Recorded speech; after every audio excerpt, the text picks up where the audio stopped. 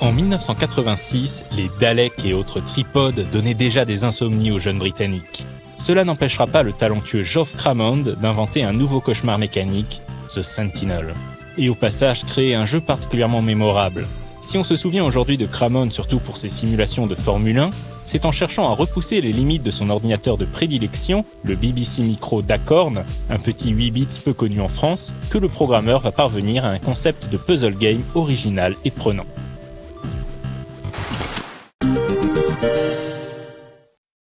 Dans The Sentinel, le joueur incarne en vue subjective un synthoïde, sorte de robot plongé dans un monde géométrique dont le relief vallonné est pavé comme un damier et parsemé ici et là d'arbres assez schématiques.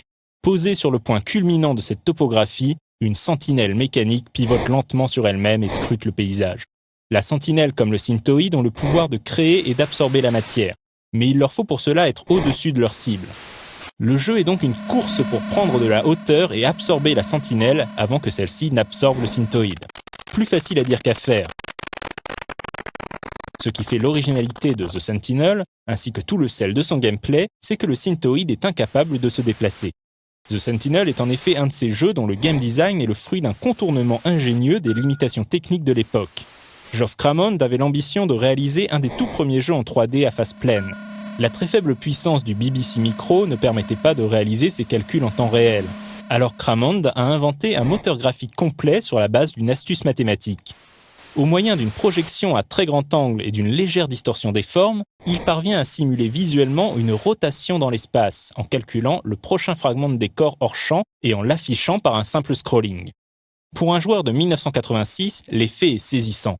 Mais si cette astuce technique permet la rotation de la caméra, elle interdit les déplacements.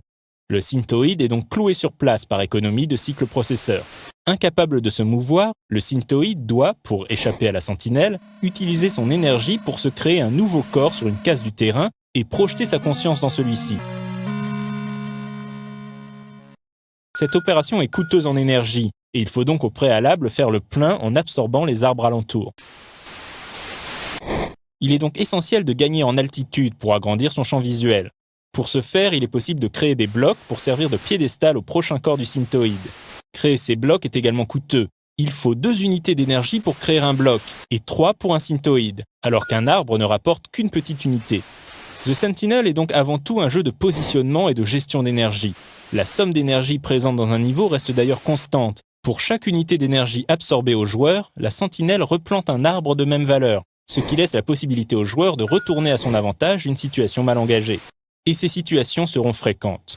La sentinelle peut en effet très rapidement absorber l'énergie du joueur si celui-ci se trouve dans son champ de vision.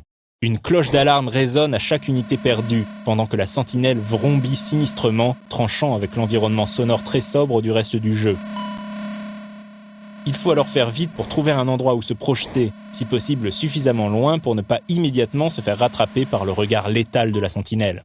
Le stress est omniprésent et assez délicieux. Si en revanche le joueur parvient à la hauteur de la sentinelle, il peut l'absorber, se créer un corps sur le socle vide et s'y projeter pour ainsi remporter le niveau. Et des niveaux, The Sentinel en compte pas moins de 10 000. Chaque victoire permet heureusement d'avancer de plusieurs niveaux d'un coup, en fonction de la quantité d'énergie qu'il reste au joueur au moment de prendre la place de la sentinelle. Comme souvent dans les jeux de cette époque, il n'y a pas de sauvegarde, seulement des codes à noter après chaque niveau vaincu. Bien évidemment, une telle quantité de niveaux n'aurait pas tenu sur une disquette de l'époque. Le jeu générait donc ses environnements de manière procédurale, une technique à laquelle la Minute du Geek avait consacré un épisode en 2013. Cet emploi du hasard pour la génération des niveaux fait qu'il n'y a pas de progression croissante de la difficulté.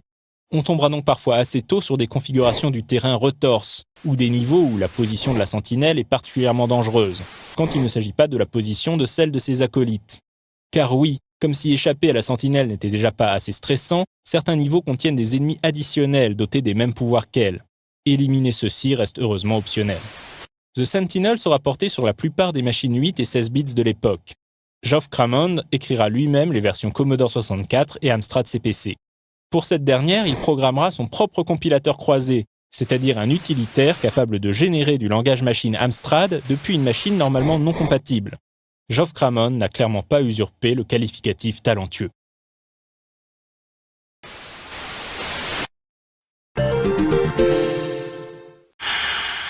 Malgré le grand succès critique de The Sentinel, il faudra plus d'une décennie avant qu'une suite ne lui soit donnée. C'est en 1998 que sort Sentinel Returns sur PC et PlayStation. Édité par Sony sous le label Psygnosis, Sentinel Returns n'est pas tant une suite qu'une relecture de l'épisode originel.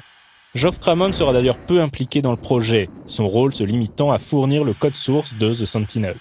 Si The Sentinel était sobre et géométrique, sa suite fait le choix d'un monde organique, sombre et angoissant. Une intro presque psychédélique expose un scénario sibyllin.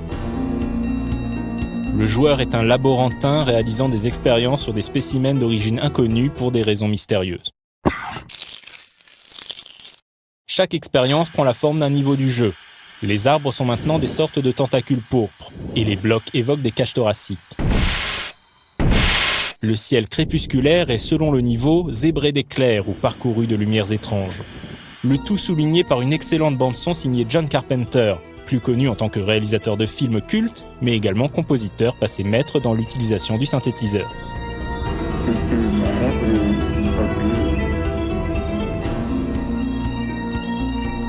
Sous cet habillage résolument différent, le gameplay reste très proche de celui de son prédécesseur. Tout au plus, l'utilisation d'un véritable moteur 3D permet un jeu plus rapide et nerveux, avec une sentinelle dont la vitesse d'action a également été revue à la hausse. Il n'y a plus ici que 651 niveaux, ce qui n'est certes déjà pas mal. La grande nouveauté apportée par Sentinel Returns, c'est son mode multijoueur. La lutte entre joueurs reste cependant indirecte. Celui qui absorbe la sentinelle le premier gagne. Les joueurs ne peuvent pas s'absorber mutuellement, mais peuvent téléporter leur adversaire à une position plus basse. Sentinel Returns est une remise à jour honnête qui, grâce à la qualité de son ambiance, parvient bien à restituer le caractère immersif de cette lutte à mort via une bataille de position, sans pour autant parvenir à tout à fait reproduire l'impact du premier épisode.